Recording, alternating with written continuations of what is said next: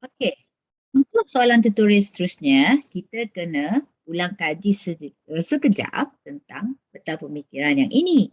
Yang mana bila diberi soalan, okey, kita kenal pasti sudut dia dulu. Daripada sudut, kenal pasti sekuan mana sudut tersebut berada. Okay, berdasarkan sekuan tersebut, kamu kenal pasti fungsi dia positif ke negatif pada sekuan tersebut. Okay.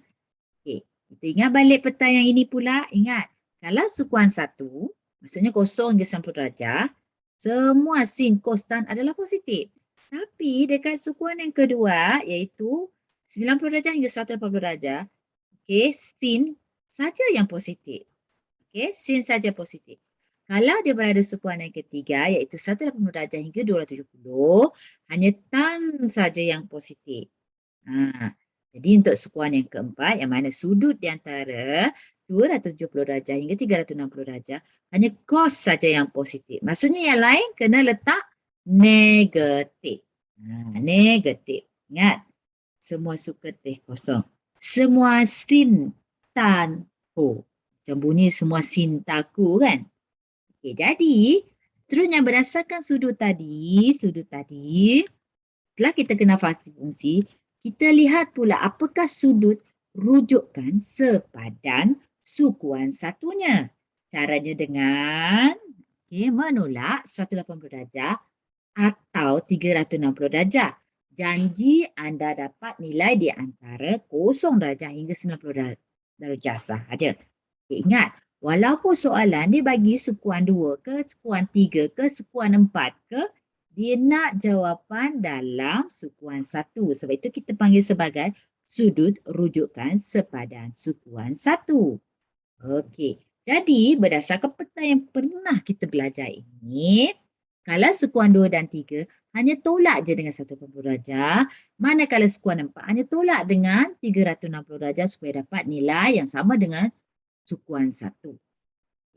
Jadi bila dia dapat sudut rujukan sepadan sukuan 1, kita gabungkan sahaja. Dan gunalah formula. Saya tak handsome. Kalau saya handsome, tak tahulah saya. Yang bermaksud sin sama dengan tentang per hypotenuse.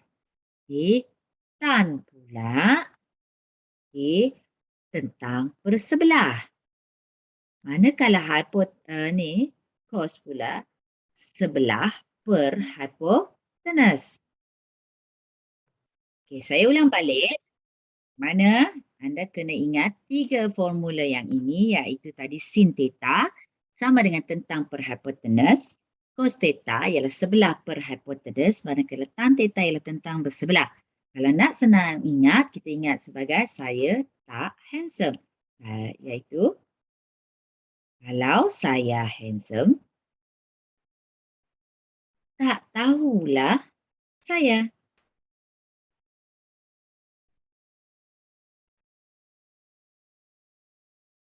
Okey, ini adalah soalan yang mana kita kena lengkapkan segitiga bersudut tegak yang berikut dengan mengisi nisbah sisi-sisinya.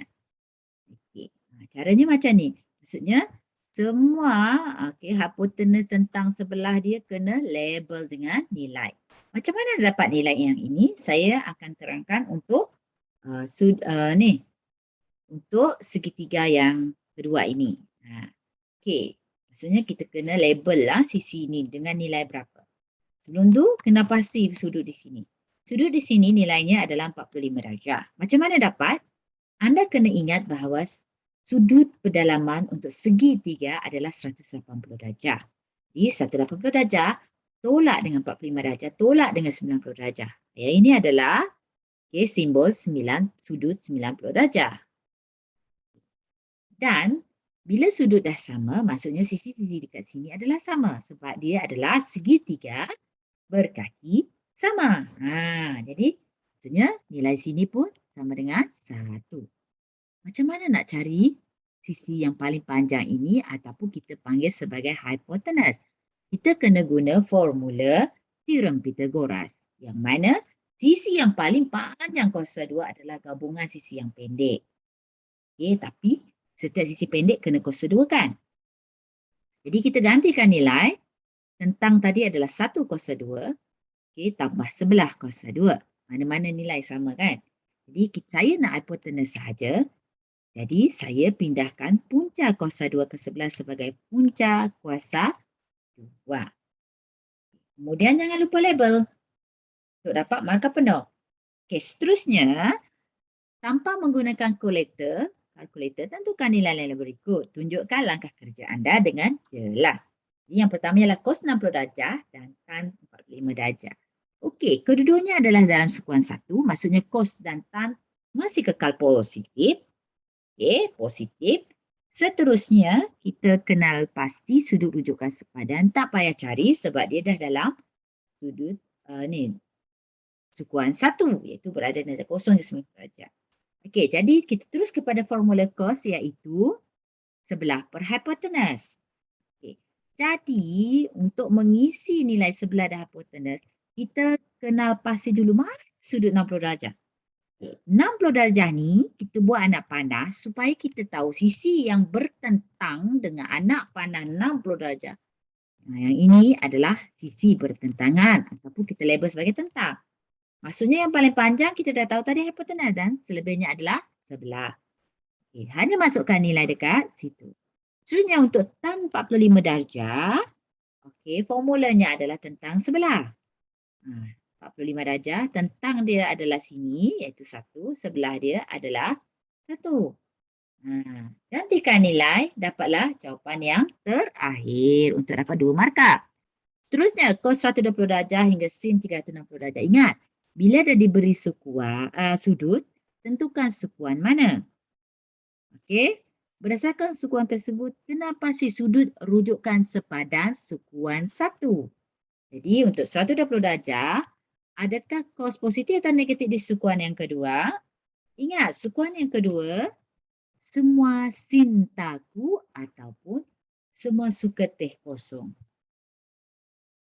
Okey, cos adalah negatif dekat 120 darjah.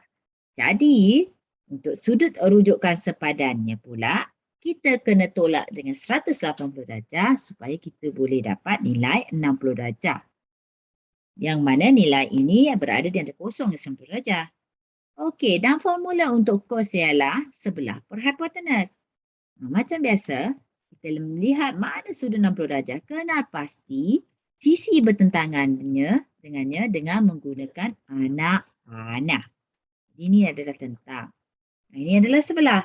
Hanya gantikan nilai sahaja.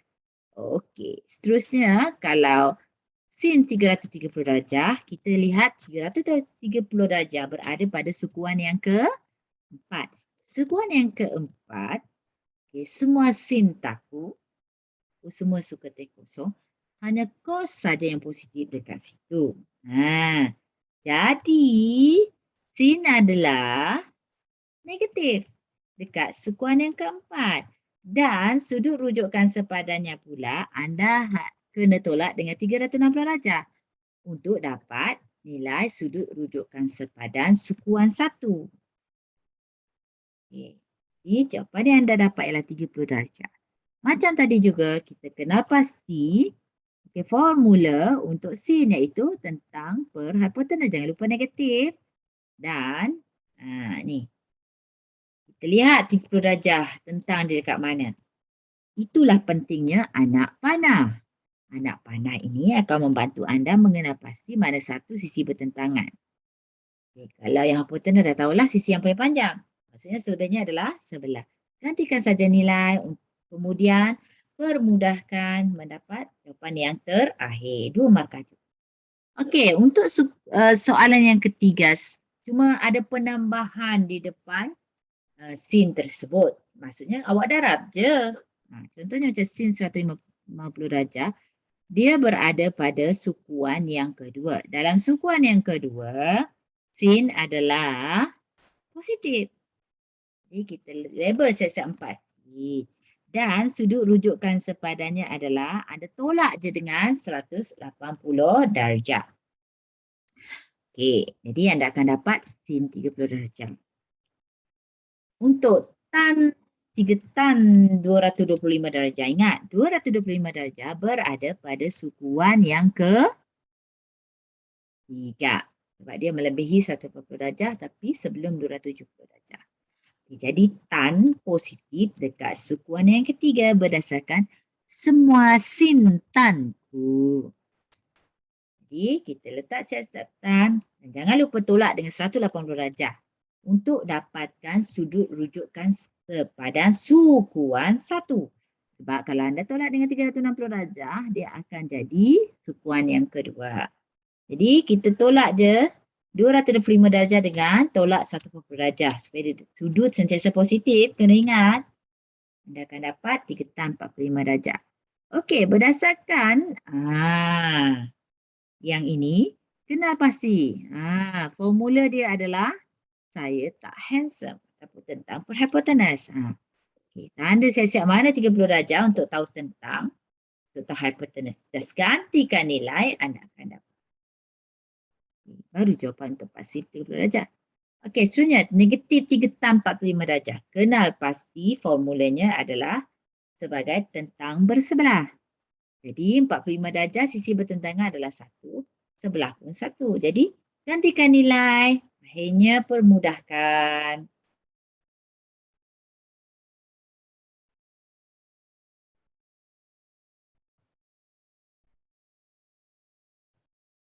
Okey.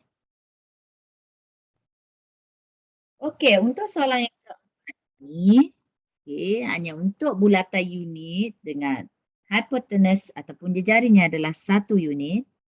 Okey, sin, dia macam sin kan? Ambil je koordinat Y. Kalau cos, dia macam bunyi Christmas juga, Xmas kan? Jadi kita ambil seingat, kalau cos kamu ambil koordinat X, kalau sin ambil koordinat Y. Ulang sekali lagi, sin theta sama dengan koordinat Y. Kenapa sin? Mana satu X? Ini X, ini Y. So yang belakang dia Z. X, Y, Z. Jadi, kenapa sih koordinat Y dia? Jadi, masukkan nilai. Kalau dia minta tan pula, okey, tan. Ini adalah koordinat X, ini adalah Y. Guna saja formula ini. Koordinat Y per koordinat X. Hanya gantikan nilai, dapatkan jawapan yang terakhir.